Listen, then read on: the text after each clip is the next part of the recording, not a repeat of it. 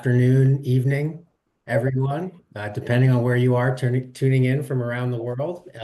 And welcome to the Cities on the Frontline speaker series session, Breaking Down Risk in a Changing Climate.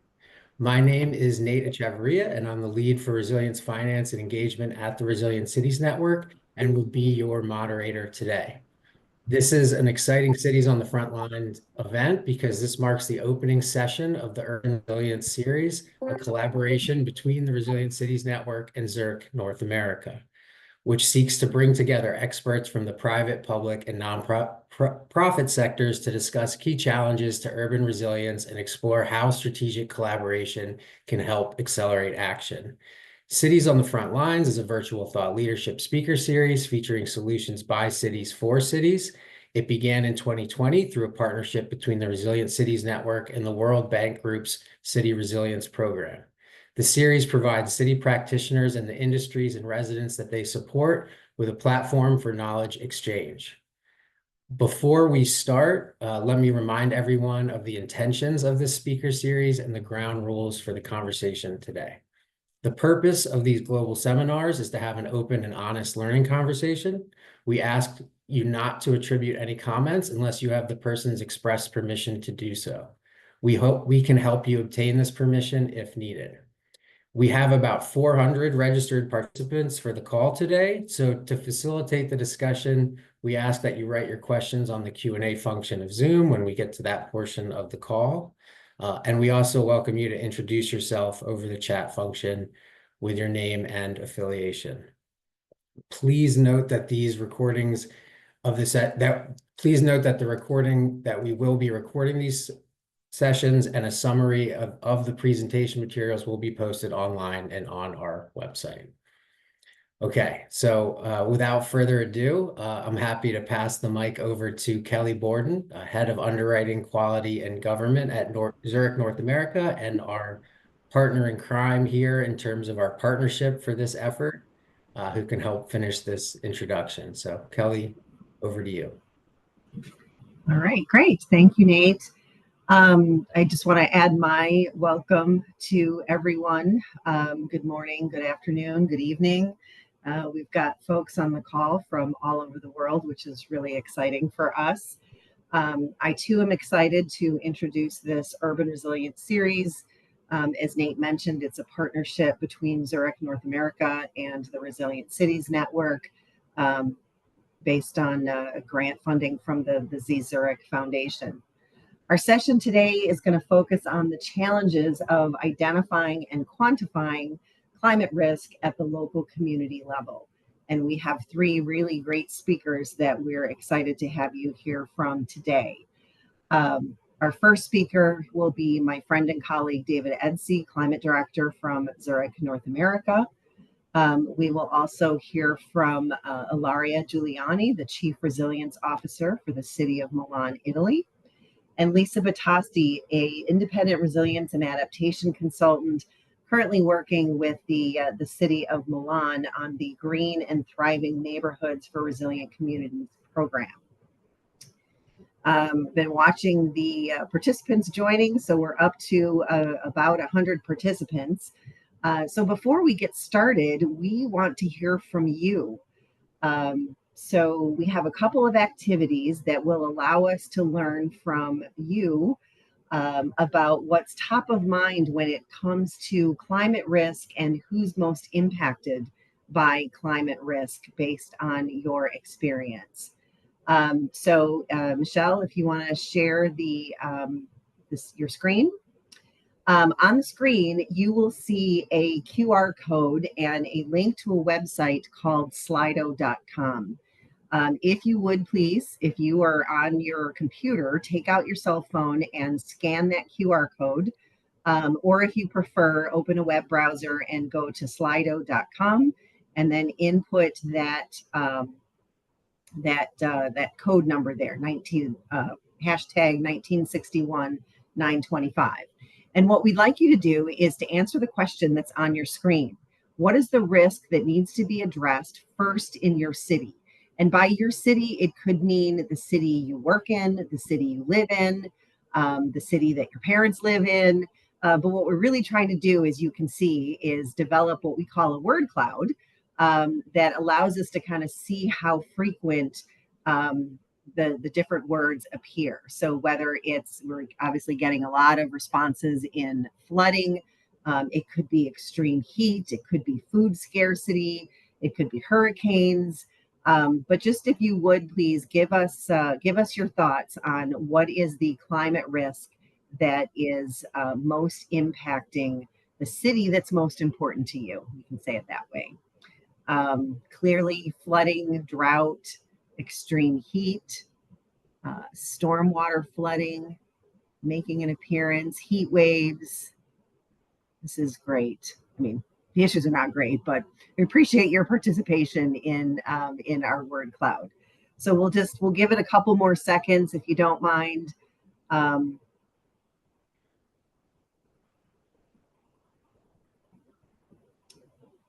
All right, air quality, extreme rainfall,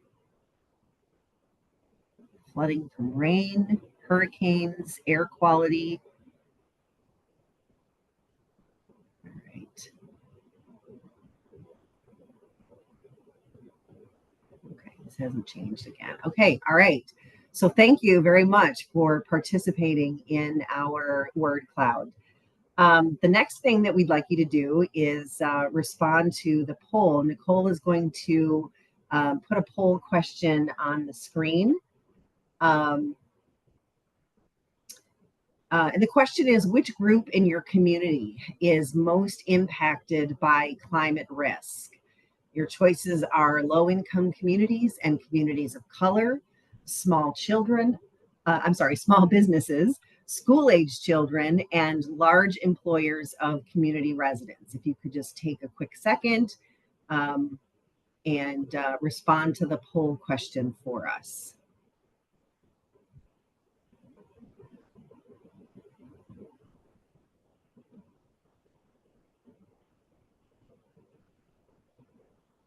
Nicole, I don't know if you can see the responses coming in, but as soon as you think that most of the responses have been entered, I'll ask you to put the answer to the polling question on the screen for us.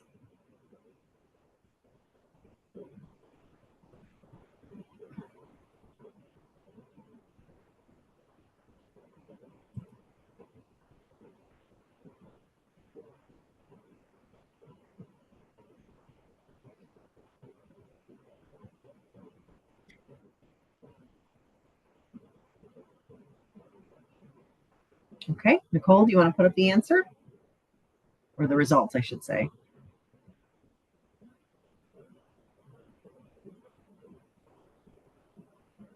All right, low-income communities and communities of color, the obvious choice for most of you. Interesting spread, small number of you indicated small businesses, school-age children, and large employers in your community. So we thank you for that. Your information will kind of help drive our focus in the project and make sure that we are addressing the issues and the risks that are most impacting your community. So on behalf of the whole project team, I thank you for your participation in our interactive activities. Okay, I'm going to move over into the content of the presentation.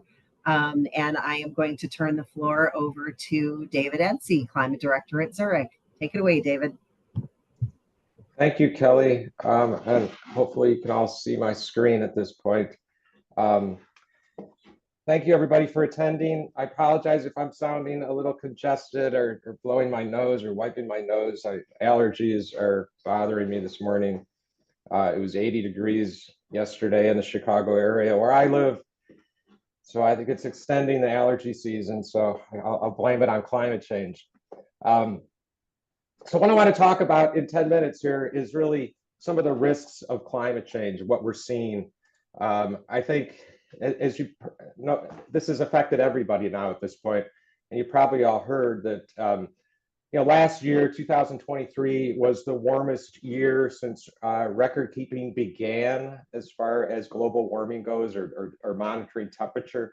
So it's really been the warmest year since pre-industrial times, when greenhouse gas emissions started, being used and emitted into the atmosphere, and warming up the climate. So right now we are about 1.3 degrees Celsius warmer than in pre-industrial times. The summer of 2024 was the hottest on record. The last 10 years were the hottest 10 years on record. So we're constantly seeing these records being broken. And when we projecting into the future, it appears that we are going to continue to see increased temperatures and global warming. Emissions last year hit a record. I think emissions last year were 57 billion tons of carbon, and other greenhouse gases were emitted into the atmosphere. And that, of course, is what is causing global warming. If we continue at this rate of emissions, we are likely to hit 1.5 degrees Celsius of global warming by 2030. And we will likely hit 2 degrees of global warming by the middle of the century, and probably about 2.7 by the end of the century. So the effects that we're currently experiencing from climate change, which we're seeing all around us, extreme weather events and heat, are likely to accelerate and get more intense and frequent. One measure of this that the National Oceanic and Atmospheric Administration in the United States has compiled are data regarding billion-dollar climate disasters. And this data is just in the US, so I apologize for those people that are tuning in from outside the US, but I think this is still relevant. So this data is, NOAA has been compiling this data for about 43 years, since the 1980s. And it's just really stark if you look at this second column here from the left. We see just the last 3 years, there were 66 of these billion-dollar climate disasters. So you compare that last 3 years to the 1980s up on the top, where there were 33 of those events in the entire decade, or the 1990s, where there were 57 of those events in the entire decade. So just in the last 3 years, we've had more of these billion-dollar weather disasters than in either the 80s or 90s. And in the last 5 years, there were 102 of these billion-dollar events, which again is more than the 80s and 90s combined. So something is definitely going on here. In this next page, what we see are, this is again, data from NOAA, and this is by peril, these billion-dollar weather disasters by peril. And on the left-hand side, we see the events in the 1980s, and on the right-hand side are these events in the last 10 years. And you see the stark contrast, or the stark increase of some of these events compared from the 80s to the 90s. So flooding, there were $4 billion events in the 1980s compared to 19 of these billion-dollar events in the last 10 years. And I should note that these numbers are adjusted for inflation. Severe convective storm, these are big intense rainstorms, often spark lightning, often spark tornadoes. There were 8 of those events in the 80s. There were 104 of those events in the last 10 years. A cyclone or hurricanes, 7 of those billion-dollar events in the 80s compared to 24 in the last 10 years. Wildfire, there were none in the 80s compared to 9 in the last 10 years. So this next slide, what I want to talk about is climate change attribution. So this is really kind of a new area of science where climatologists are attempting to determine, really on an event-by-event basis, how worse that event was because of climate change. And they do this through models that they've built.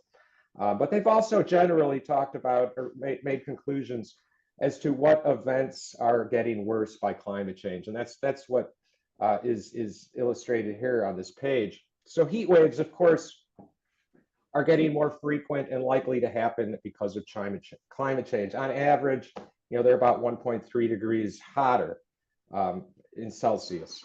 Of course, you get closer to the equator, it's going to be much hotter on average. Floods, we are seeing more of, and this is both due to coastal flooding, which is caused by rising sea levels. The sea levels on average have already risen about 7 inches and are expected to rise another 10 to 12 inches in the next 30 years. That's about a half a meter more in the next 30 years. And then inland flooding we're also seeing due to extreme intense rainstorms, severe convective storms often, or atmospheric floods, which we've been seeing in the West Coast. As the atmosphere warms, it holds more moisture, and that moisture has to come down, and it comes down in these intense rainfalls.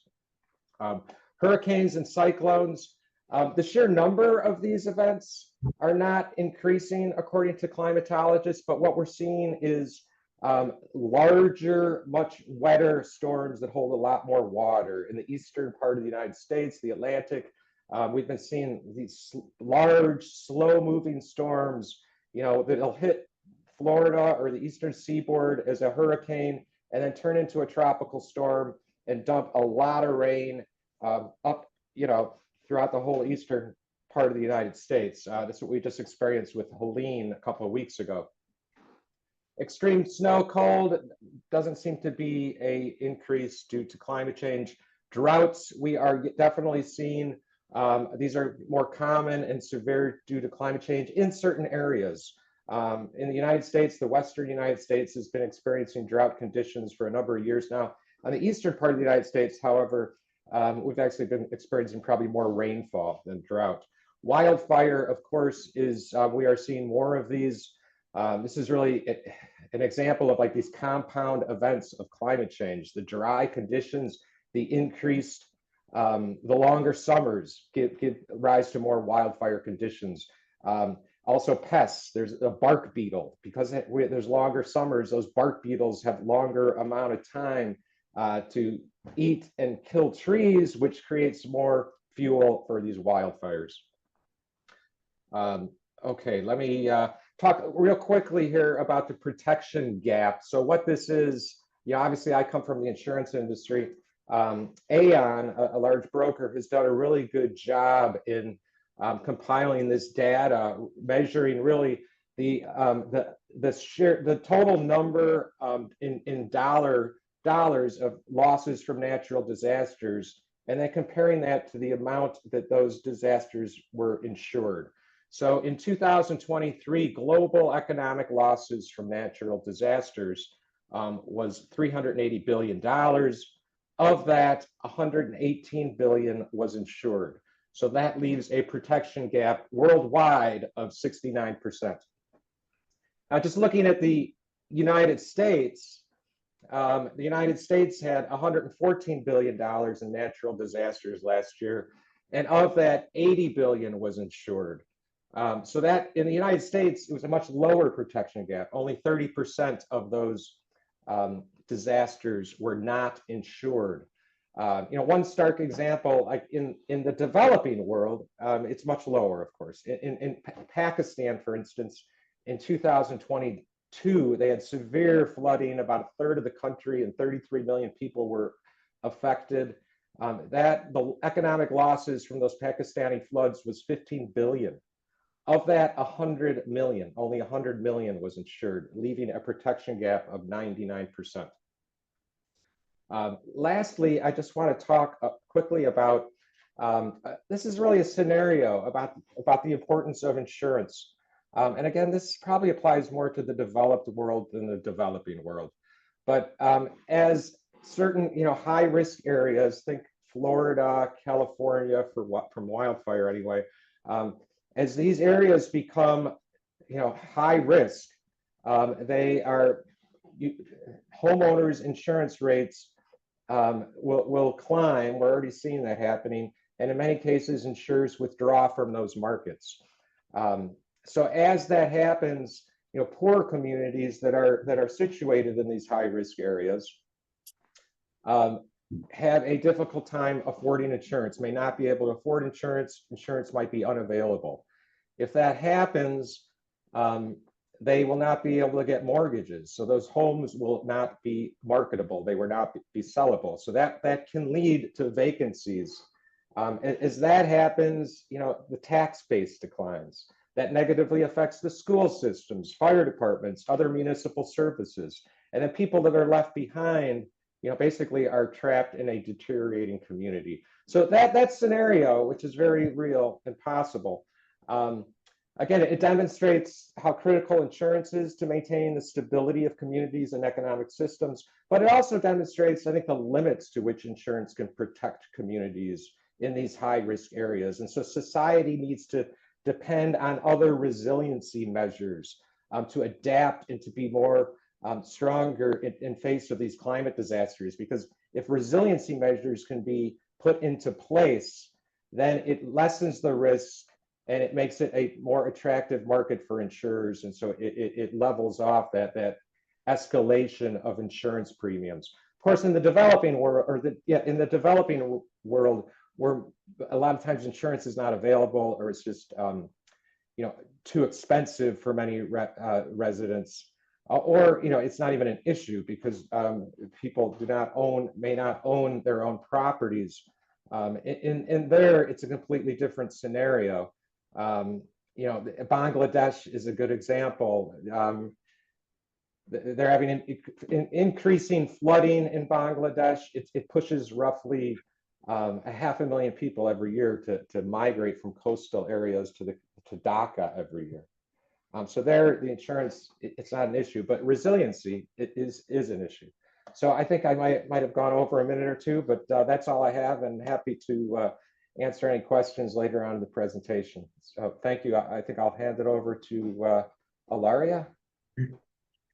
Yeah, so David, before we hand it over to Ilaria, I just wanted to, thank you for that presentation and giving the, kind of insurance market perspective, those high level data points, and then kind of tying that to the impacts to the market. So I think really, really interesting insights there.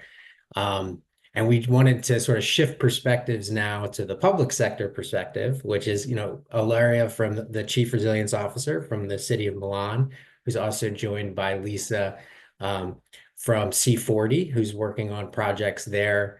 So we're going to kind of send it over to the public sector to get their perspective now, but also just a quick reminder, if you have questions for the Q&A, you can put them in the chat now, and we'll start compiling those for that section of the presentation. Also, if you want to keep introducing yourselves, it's great to see all these people coming in from all over the world joining the call. So without further ado, Larry, I'll kick it over to you. Thank you very much. And thank you, David, as well, for the interesting presentation. Very happy to be here and to contribute to this panel. As just said, I will give you, let's say, a different perspective, a different overview from the public sector, and on the way we are still trying to deal with all the things that David presented. I will give you a very brief overview, let's say, on the methodology, on the strategy of the City of Milan, and then Lisa will go through a specific project, a specific program we are developing as well with that Zurich.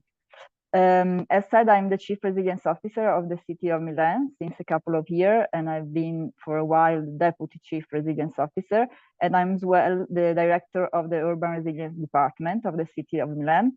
The department is part of a bigger department that's called Green and Environment, together with the Climate and Energy area, the Water Resources and Waste Management, and the Green area.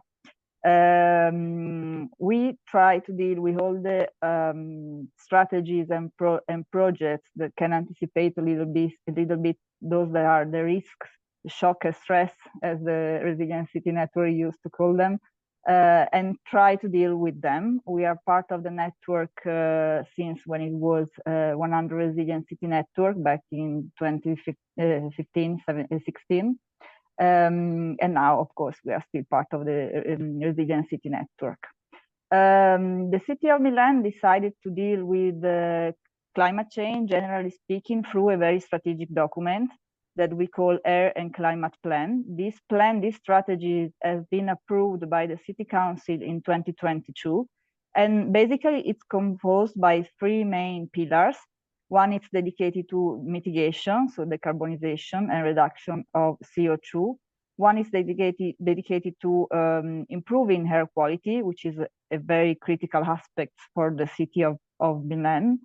And the third one is dedicated to adaptation and resilience, is the one that the Urban Resilience Department is in charge of. The first things that the Urban Resilience Department decided to do in order to develop the strategy related to adaptation to climate change was trying to provide the city of Milan, the municipality, of what we call local climate profile. So, of course, the contents and the results and the outputs were perfectly in line with what David just presented. But from a methodological point of view, what was very relevant and critical for the municipality was to have a scientific document in order to understand which are the main climate risks for the city of Milan, which are how the climate is changing on a local base, at the urban scale.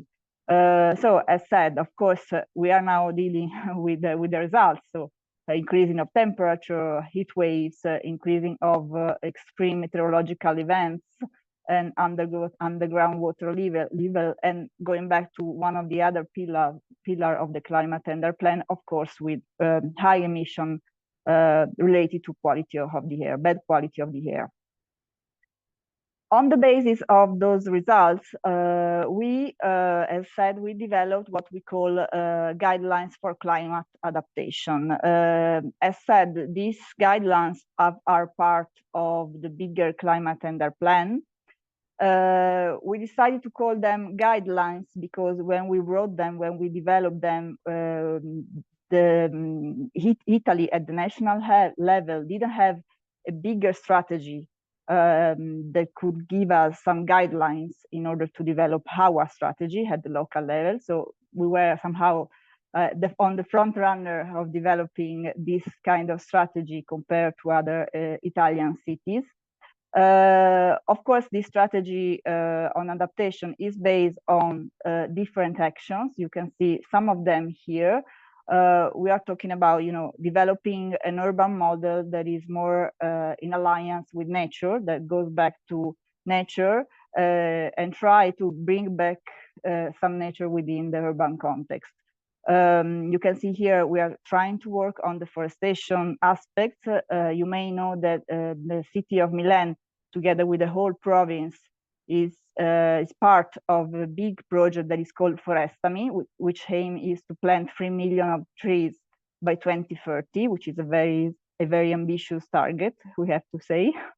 Then we are trying to increase green roof and green walls on buildings, both on public buildings, so on our buildings, and as well on private buildings. Of course, in relation to private buildings, we are trying to use some other strategic documents, like, for example, the land use plan, in order to push private operators and private designers to include these elements within their projects. Then we are working on schoolyards, and this is one of the aim of the project Lisa will present in a while, that we developed with Zurich as well, and with C40, that is called Green and Thriving. Actually, in relation to schoolyards, we took as example one of the most famous, I would say, project the city of Paris has developed in the last year, that is School Oasis, and they decided to open up the schoolyards during heat waves in order to increase the amount of green and fresh areas available for citizens, especially for children and for elders. So we are trying exactly to copy that idea, that strategy, and trying to implement it here in the city of Milan.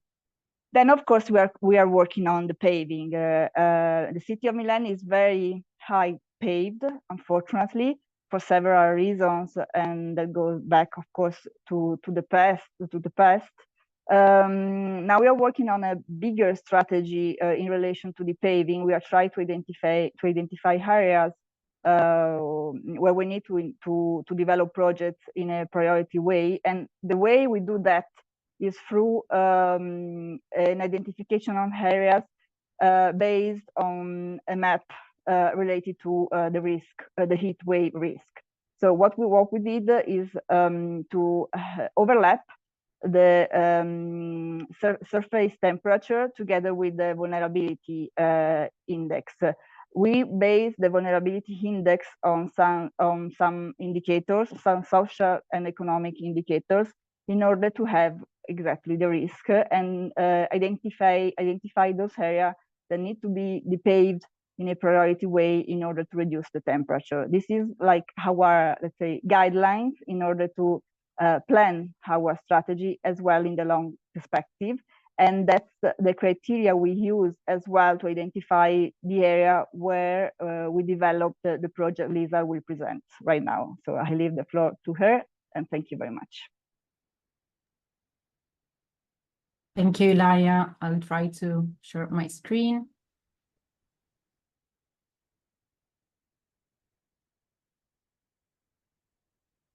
Okay, you should be able to see it now.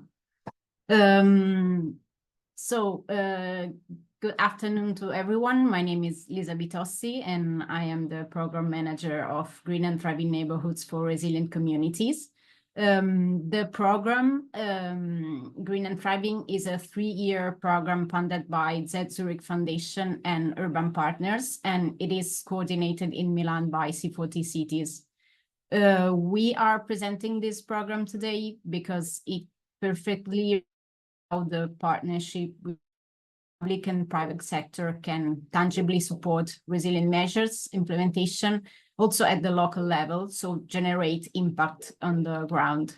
The program's central aim is to enhance community well-being during summer heat waves by ensuring access to local services. So basically, it explores the combination of the 15-minute city model and the resilient approach to increase the community resilience to the impacts of climate change. This intersectoral approach represents an opportunity for the city to create a new synergy between existing programs that are delivered by different city departments that before Green and Thriving were developed and implemented following separate tracks and never came into synergy. These two programs you can see here in the slide are for the 15-minute city model. We have the Piazze Aperte per ogni scuola, that in English means open squares for every school. And in short, it is about redeveloping public space in front of schools by closing streets and squares to traffic and using tactical urbanism to transform the space previously used by cars into new social spaces that are safe and healthier. For the resilient development and climate change adaptation approach, we have instead the School Oasis program that Ilaria just illustrated, which is taken from the experience of Paris and basically focus on the redeveloping of green schoolyard to make them accessible to the public during summer as schooling and social center.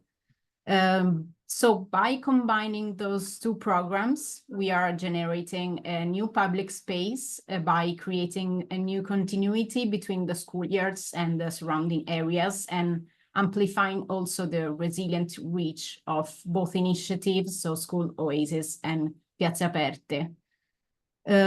But how are we working on this? During summer of 2024, Green and Thriving implemented a pilot to demonstrate to the city and to citizens how we can be more resilient to heat waves. And to create the synergy between open squares and School Oasis, we began by mapping the proposals of new open squares in front of schools. And we combined that map with a map of the city's green schoolyards to identify proposals coming from schools with a green schoolyards that could be accessible to citizens. Then our aim here was to prioritize areas of the city that are vulnerable to heat waves. So we overlaid the resulting map with the heat risk map that Ilaria just showed. And with another map that is the access to green spaces map. And these help us basically identify schoolyards and schools located in areas where vulnerable population are more exposed to heat waves and could benefit more from increased access to green spaces. So during the summer of 2024, we worked with the school and the local associations to redesign and activate the courtyard and to furnish also the pedestrian street in front of it. The physical interventions that we implemented are synthesized in this slide and include the building of shading mobile structure that can, and it is used actually both for educational and recreational activities. Then we had new benches both in the schoolyard and in the street. The planting of new green in the schoolyard, ping pong table outside the school, and other interventions that have made the courtyard and the street more livable for people who can now enjoy a new public space. This is a picture. These are two pictures of the result of the interventions illustrated, and we wanted to share it with you also to share with you how it looks. And as you may know, schools in Italy are usually closed from June to September, and so are, of course, schoolyards. So to let people use and enjoy this new space, we work with local association to host there a series of community events that brought people to use the space in a totally new way. So the events you see listed here in this slide had the goal to strengthen community identity, but also to raise awareness to the effects of climate change and heat waves in particular. So today's presentation was very much about what we achieved through Green and Thriving pilot and what was possible to do through the collaboration between the city, C40, and private funders such as Zurich.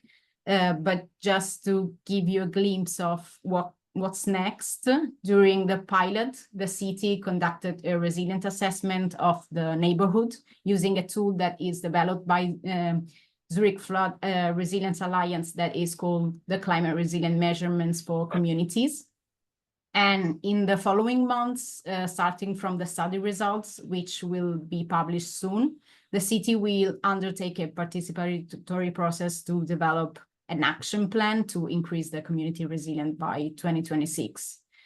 So that's all from my side, and I give you back the floor. Thank you.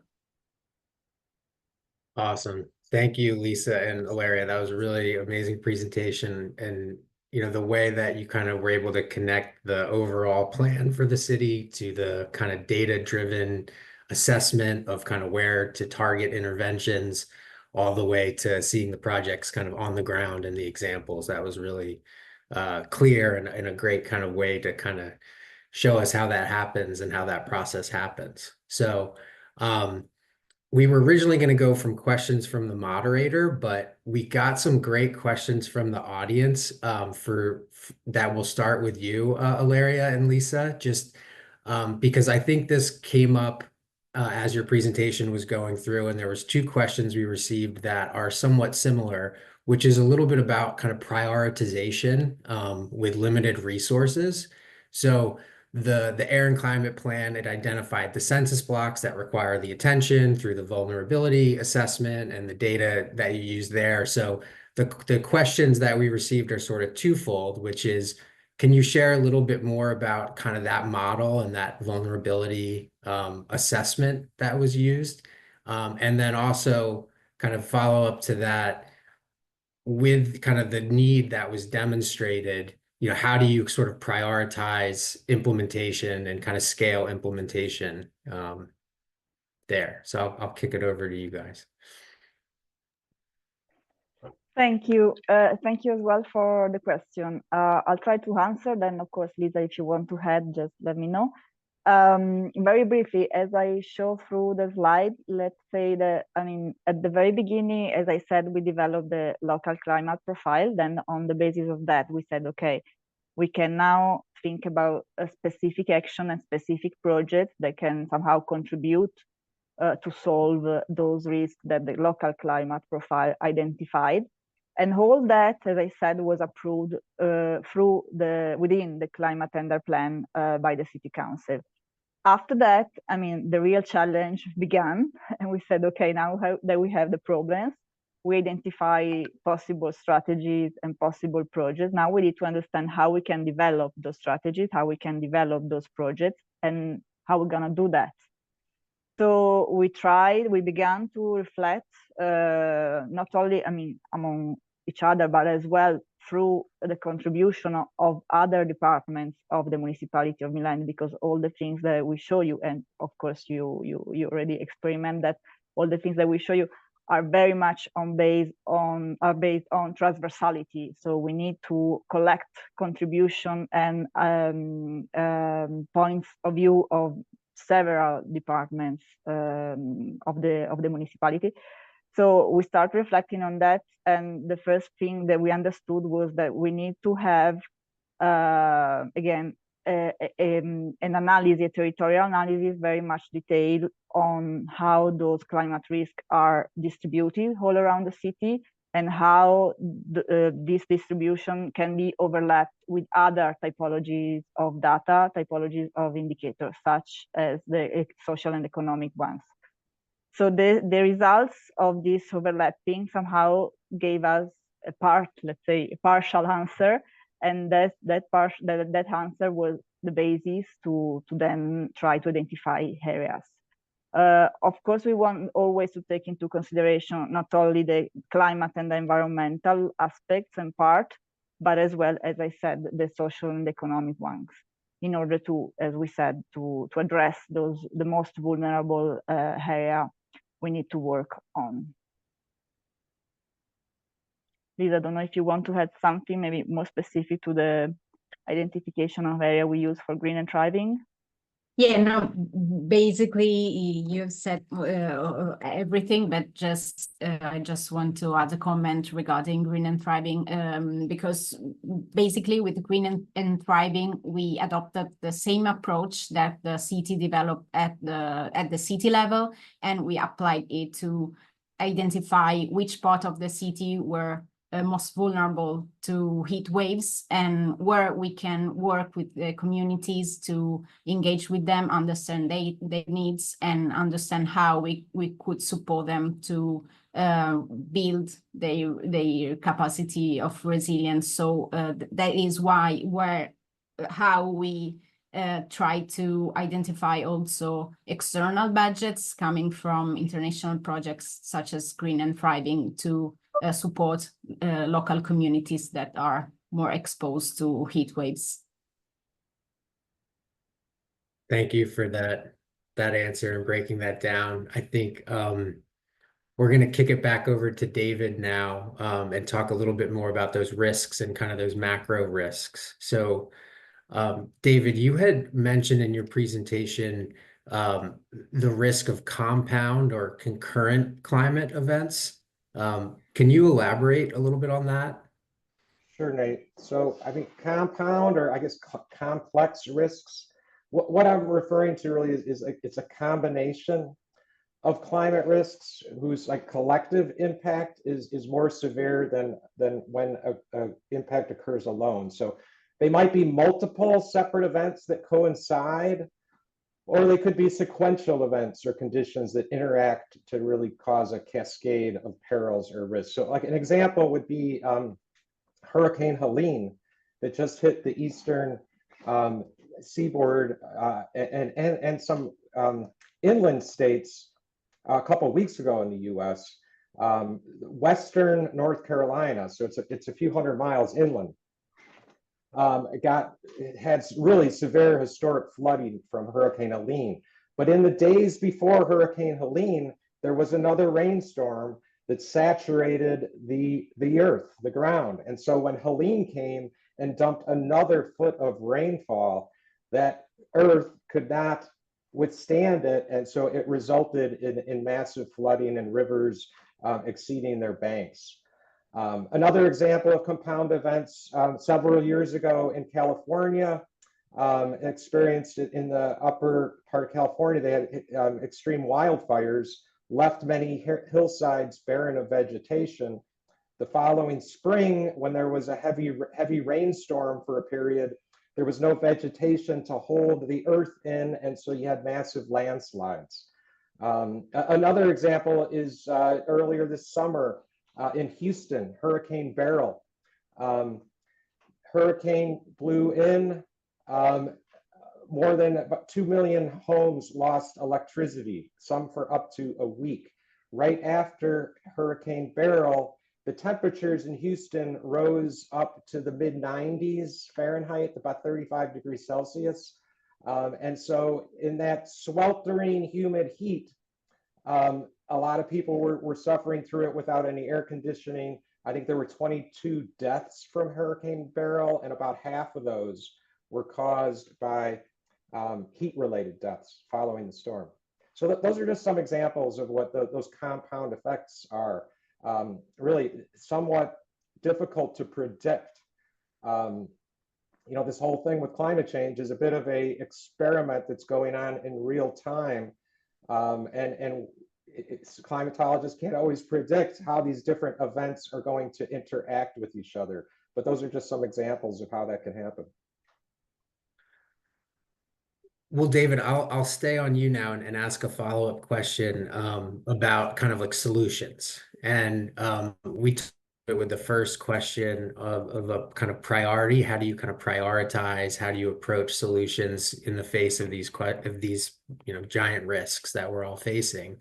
So with limited resources to combat climate change, what is the most critical need in your opinion? Is it mitigation? Is it adaptation? Is it resilience? Where was kind of the focus in that to respond? Yeah, no, I mean, there's an urgency to lower greenhouse gas emissions. So we're talking about the mitigation there. Again, as I mentioned in the beginning, emissions are continuing to go up, which is really scary because the planet is continue to heat up as emissions go up. There's a direct correlation. Climate scientists have said that we need to cut emissions by about 40 or 50% by the end of this decade in order to be on track to keep global warming below 1.5 degrees Celsius. So the mitigation is very urgent. It has to be done. But at the same time, you know, we're experiencing these climate disasters right now. The most, you know, a lot of vulnerable populations are you know, at risk. So we need to do both. Ideally, I think the projects that do both are optimal. So things like, you know, urban forestation.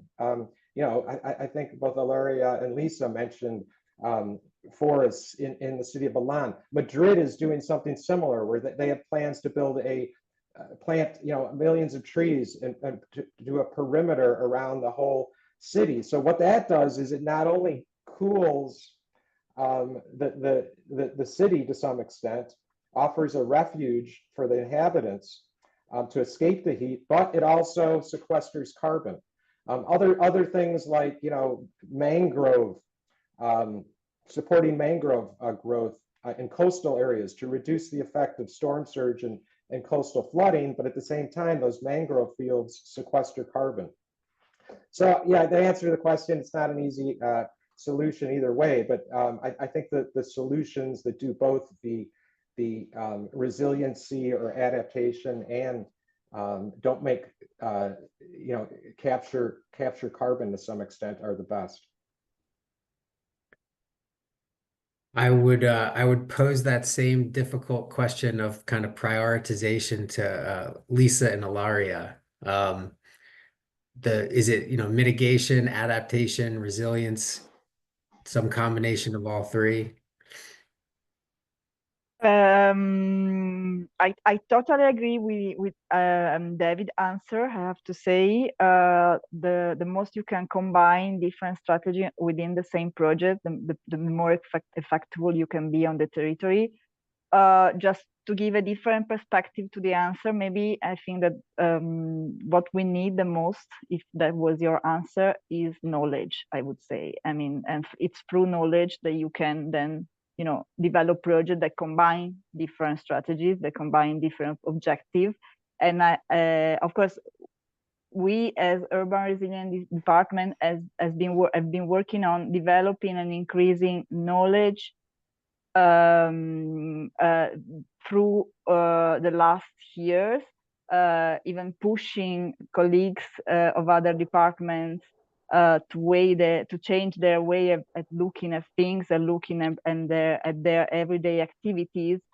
But I still have the feeling that still we can do within the municipality. We can still work on this. We can still work on increasing the knowledge on this phenomenon through all the departments.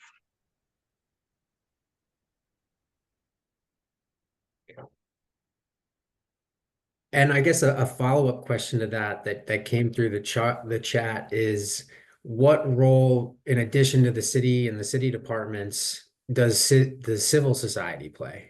Does kind of the nonprofit organizations, the community development organizations, how do they kind of fit into these solutions and the solution metrics?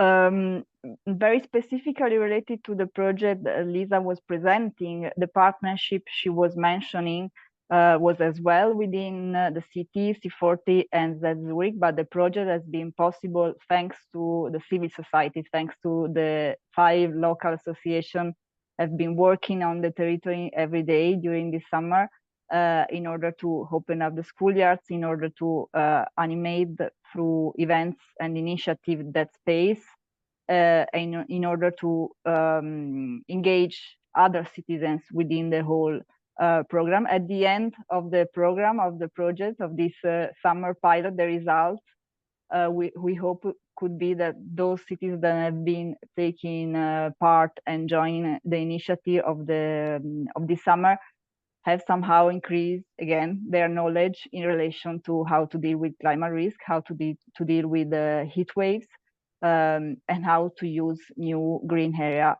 accessible for them. Let me add as well, from a broader perspective, that the climate tender plan I was presenting as a specific group of action that aim to involve citizens and civil society within the development of the action of the plan. We implemented what we call Assembly of Citizens. There is a methodology that has been developed as well from other international cities. So we have like 100 citizens every year that stay with us and help us to develop, implement, and integrate with new actions the plan. I don't know, Lisa, if you want to add. Yeah, maybe I can just add a comment about Green and Thriving, because Green and Thriving actually goes exactly in the direction of engaging with local communities and make them be the, let's say, the engine of the transformation. As I briefly anticipated during the pilot, the city conducted a community resilient assessment to gather both quantitative and qualitative data to identify the needs of the citizens and local stakeholders in order to increase their resilience. And starting from the study result, we will develop together with the local association and with citizens a sort of strategic action and action plan to respond to the population's needs and improve their resilient capacity. And that represents also the like the just transition and a bottom-up action that need to be developed in order to have success in environmental transition. Thank you. Thank you for that, Lisa and Ilaria. It was, I think, a good note to possibly end on, and a little bit of a leading question to promote our next session, November 6th, which will be Resilience for Communities with Communities, where we'll really dig deeper into this topic and kind of build upon the examples that you guys shared from Milan. So really excited for that session as well. And before we sort of go into the closing here, I wanted to see if our panelists had any kind of final comments or kind of closing remarks before we wrap things up.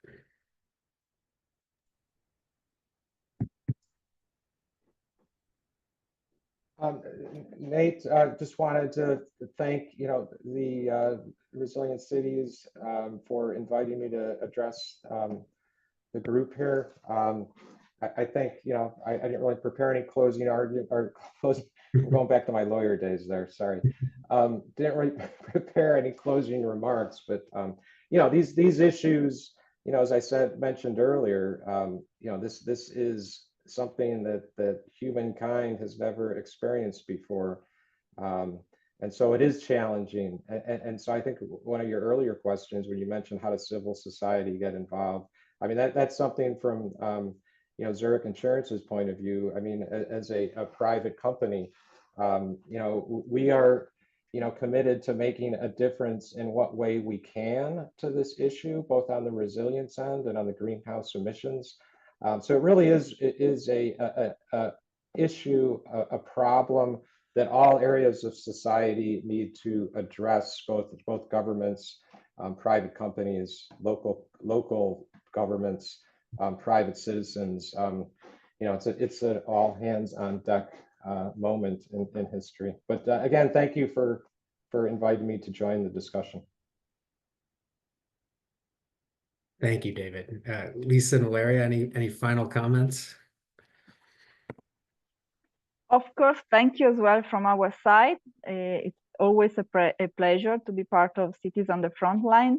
And it was, I guess, the first time that we presented the Green and Thriving Neighborhoods program as well with Resilient City Network, because as you heard, we are developing that with C40, but it's very good and it's very exciting, to identify other opportunity for which we can go into detail and present the whole program, the whole activities we have been developing. As Lisa said, we are now entering the second phase, a new phase. So hope to be back here again for presenting you the new activities. Absolutely. We've got our invitation already in our queued up to send to your inbox. All right, so I'm gonna wrap things up and just give a big thank you to all our panelists and audience for joining us today. We had some great insights, data, case studies that were shared. And please watch for our website for the session's recording and summary to be posted shortly.